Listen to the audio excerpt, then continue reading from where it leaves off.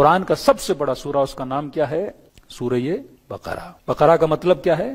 گائے۔ تو اللہ نے بڑے سے بڑا قرآن کا سورہ گائے پہ کیوں رکھ دیا؟ ہاں بھائی، بڑے سے بڑا سورہ تو محمد کے نام پہ ہونا چاہیے تھا، بڑے سے بڑا سورہ کسی اچھے نام پہ۔ مطلب اتنی قرآن کے صفحات اور اتنی آیات قرآنی کس کا قصہ ہمیں سنا رہی ہیں؟ بچڑے کا قصہ، بقرہ کا قصہ۔ اے خدا، تجھے سنانا ہے کچھ اور سنا، ایسا ہے کیا اس سورے میں؟ یعنی میں ہمیشہ کہتا ہوں قرآن آیا مسلمانوں کے لیے، لیکن سب سے زیادہ قرآن میں ذکر ہے بنی اسرائیل کا۔ بک میرے لیے آئی ہے، مسلمانوں کے لیے آئی ہے، تو خدا تو مسلمانوں کا ذکر کر رہا ہے، لیکن خدا کس کا ذکر کر رہا ہے؟ بنی اسرائیل کا۔ کیونکہ کہا کہ یہ کتاب قصوں کی کتاب نہیں ہے، یہ میں نے تمہارے لیے کیا رکھی ہے؟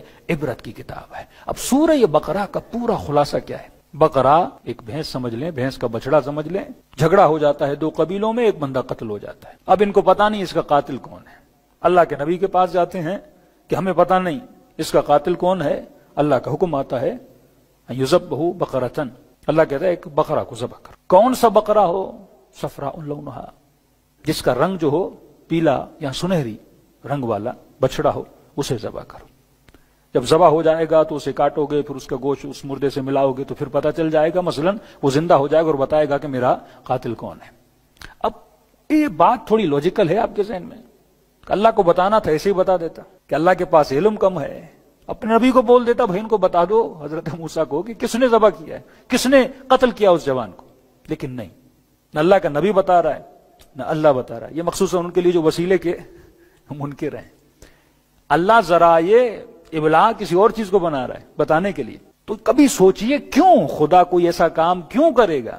اللہ کو بتانا تھا کسی فرشتے کے ذریعے بتاتا، بول دیتا سمندر میں چلے جاؤ، پہاڑی پہ چلے جاؤ، 100 رکعت نماز پڑھ لو، یہ ذکر کر لو، یہ ورد کر دو۔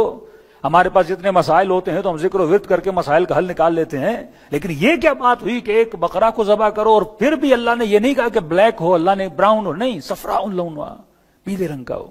اور پھر ذبح کیا، پھر اس خاتون کے پاس گئے جس کے پاس پورے قبیلے میں ایک ہی عورت تھی جس کے پاس ایسی بھینس تھی، اور جب اس کے پاس چلے گئے اس نے شرط بھی کیا رکھی کہ اس بھینس کے وزن کے برابر سونا دو۔ اب ظاہر ہے جب ایک چیز کی ڈیمانڈ ہوتی ہے تو اس کی ویلیو، ایک ہی بھینس کی جو پوری ڈیمانڈ ہے، پورے قبیلہ چاہ رہا ہے کہ یہ ہمیں چاہیے، اور اتنی ڈیمانڈ، اس کو پتا چل گیا کہ ان کی ڈیمانڈ ہے، اور وہاں پر بھی اللہ نے فرشتہ بھیجا اس خاتون کی طرف کہ ان کو ایسے نہیں دینا۔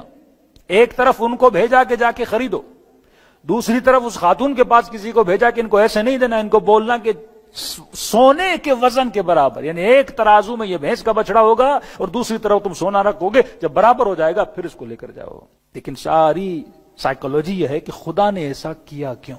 اب مسلمان صرف سورہ بقرہ پڑھے گا تو سمجھ میں نہیں آئے گا جب تک اس کا بیک گراؤنڈ اس کو پتا نہ ہو۔ وَاعْتَبِرُوا يَا أُولِي الْأَلْبَابِ، اے صاحبان عقل، اے صاحبان فکر، اے صاحبان غور، میں نے تمہارے لیے کیا رکھی ہیں؟ نشانیاں رکھی ہیں۔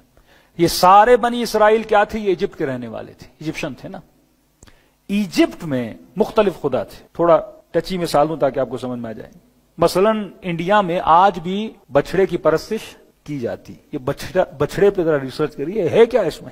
مصر میں اس وقت جو سب سے اعلیٰ ترین قوم تھی، مثلا برہمن ہندوؤں میں سب سے اعلیٰ ترین قوم ہے، تو اس وقت جو اعلیٰ ترین قوم تھی وہ کس کی عبادت کرتی تھی؟ بچھڑے کی عبادت کرتی تھی۔ یہ نشانی تھی، یعنی جو اعلیٰ ترین قوم تھی، اور جو نیچے والے چھوٹے چھوٹی ذات کے لوگ تھے ان کو اجازت نہیں تھی وہ بچھڑے کی، وہ ہمیشہ دل میں حسرت رکھتے تھے، محبت کی بات کر رہا ہوں، ان کے دلوں میں ہمیشہ حسرت تھی کہ ہمارے پاس بھی کیا ہو، کوئی نہ کوئی بچڑا ہو۔ کیوں؟ کیونکہ ہم بھی سپیریئر کہلائیں، ہم بھی اعلیٰ ترین اقوام میں سے کہلائیں کہ بھائی ہمارے پاس بھی کوئی بچڑا ہے، ہم بھی بچڑے کی عبادت کر رہے ہیں۔ لیکن وہاں پہ اجازت نہیں تھی، اس قوم کے علاوہ عام لوگ اپنے پاس بچڑا رکھیں، ان کے کوئی اور خدا تھے، جاؤ یہ تمہارا خدا ہے کیونکہ تم نچلی ذات والے ہو، یہ ہمارا خدا ہے کیونکہ ہم بڑی ذات والے ہیں۔ تو ان کے دل میں ہمیشہ بچڑے کی محبت رہی تھی کہ کاش ہمارے پاس بھی کوئی بچڑا ہوتا۔ جب یہ دریا کراس کر کے دوسری طرف جاتے ہیں، فلسطین کی طرف